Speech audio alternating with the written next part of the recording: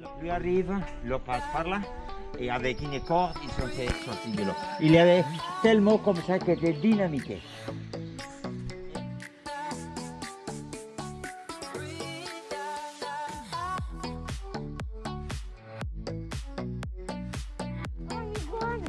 Ah ouais? Ah oui. Ah ouais, là-bas. Non, c'est un iguane, mon cœur. Encore plus fort.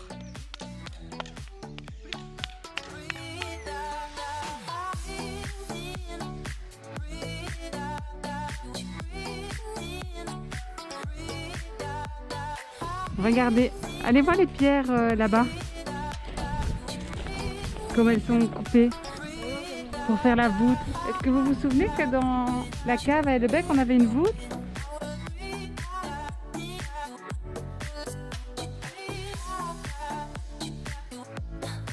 C'est rouge parce que c'était Le soleil qui se lève. le soleil qui se lève, la couleur du ciel, rouge.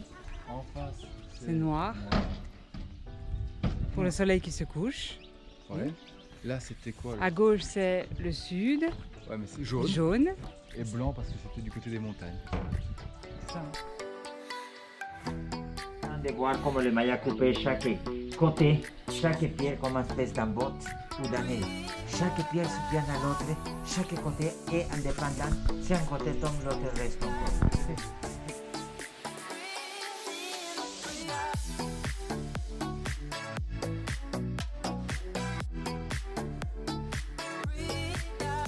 Entendez? L'acoustique, c'est une chose que je vais chanter là pour revivre ce que les Mayas faisaient.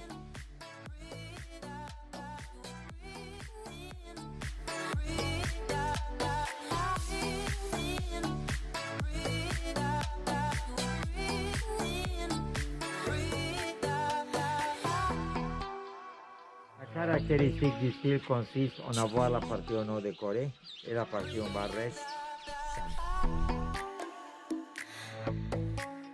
Soy el poder dentro de mí, soy el amor del sol y la tierra.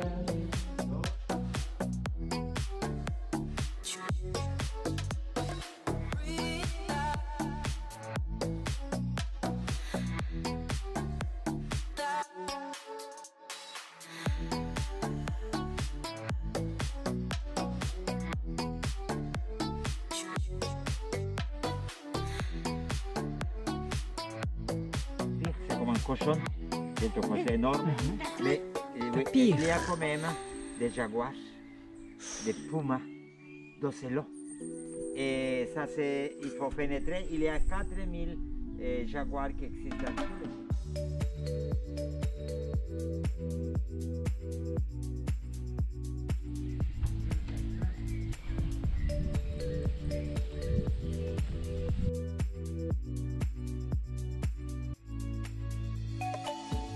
Ah, il est là, le petit oiseau.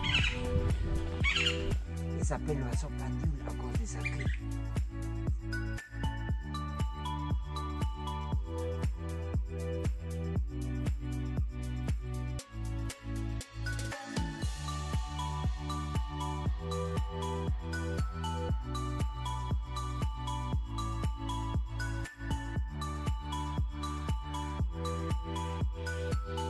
Il y a 150 édifices, il y a 7 qui sont restaurés. Uxmal et Chichen, on les considère de première classe. Ouais.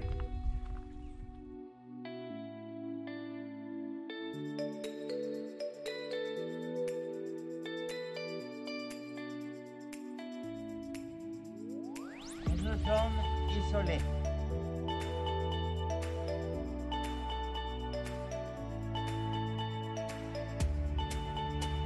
La pyramide du magicien. Ah, c'est les celle-là. carrés de Nord. Total, un seul édifice, c'est la monotonie.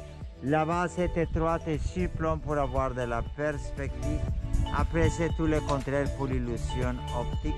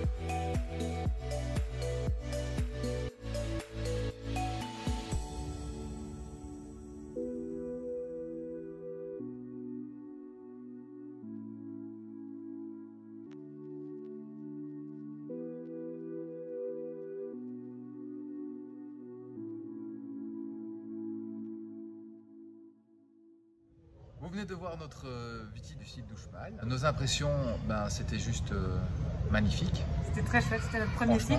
Ouais.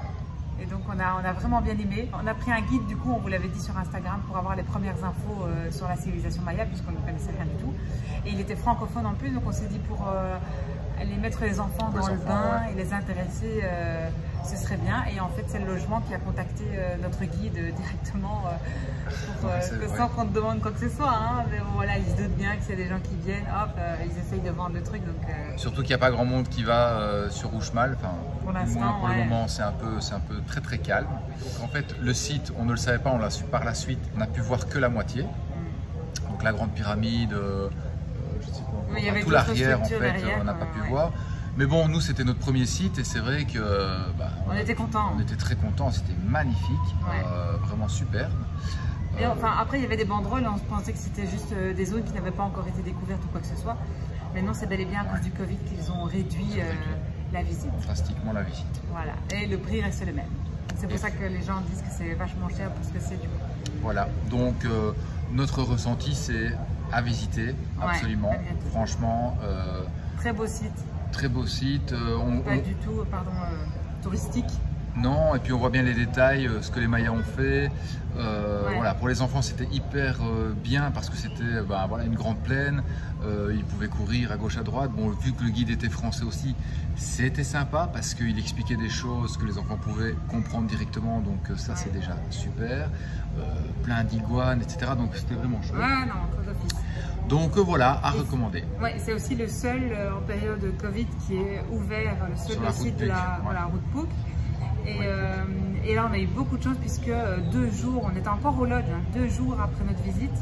Pas le lendemain, mais le surlendemain, il était fermé à cause d'un cas Covid. Un ranger de là, ou je sais pas comment on appelle ça, était positif. Et du coup, il y avait tous les gens qui arrivaient des villes à côté, donc de Campeche ou de Mérida. Et ils arrivaient devant l'entrée et hop, ils devaient faire demi-tour.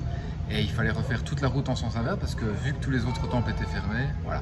Donc petit conseil en temps de Covid, c'est renseignez-vous sur internet, surtout sur les sites de voyageurs, pour avoir les infos quasi en live. Et comme ça vous évitera de perdre du temps. Nous on avait pris un logement dans le petit centre du village d'Uxmal. On était resté sur un logement très basique. Mais qui était malgré tout au-delà de notre budget, mais bon, c'était le moins cher de la région. C'était le moins cher de la région et qui était disponible. Voilà, et il était tout près du musée du chocolat, il était tout près du site, donc c'est vrai que pour nous c'était plus facile. Et au final, on a été upgradé parce que, en fait, il n'y a qu'un hôtel d'ouvert, c'est le lodge où on était. Donc ils reçoivent tous les touristes là, du moins en ce moment. Et c'est vrai que bon, c'était une magnifique surprise pour arriver au Mexique. Alors là, ouais, voilà, les premières nuits au Mexique.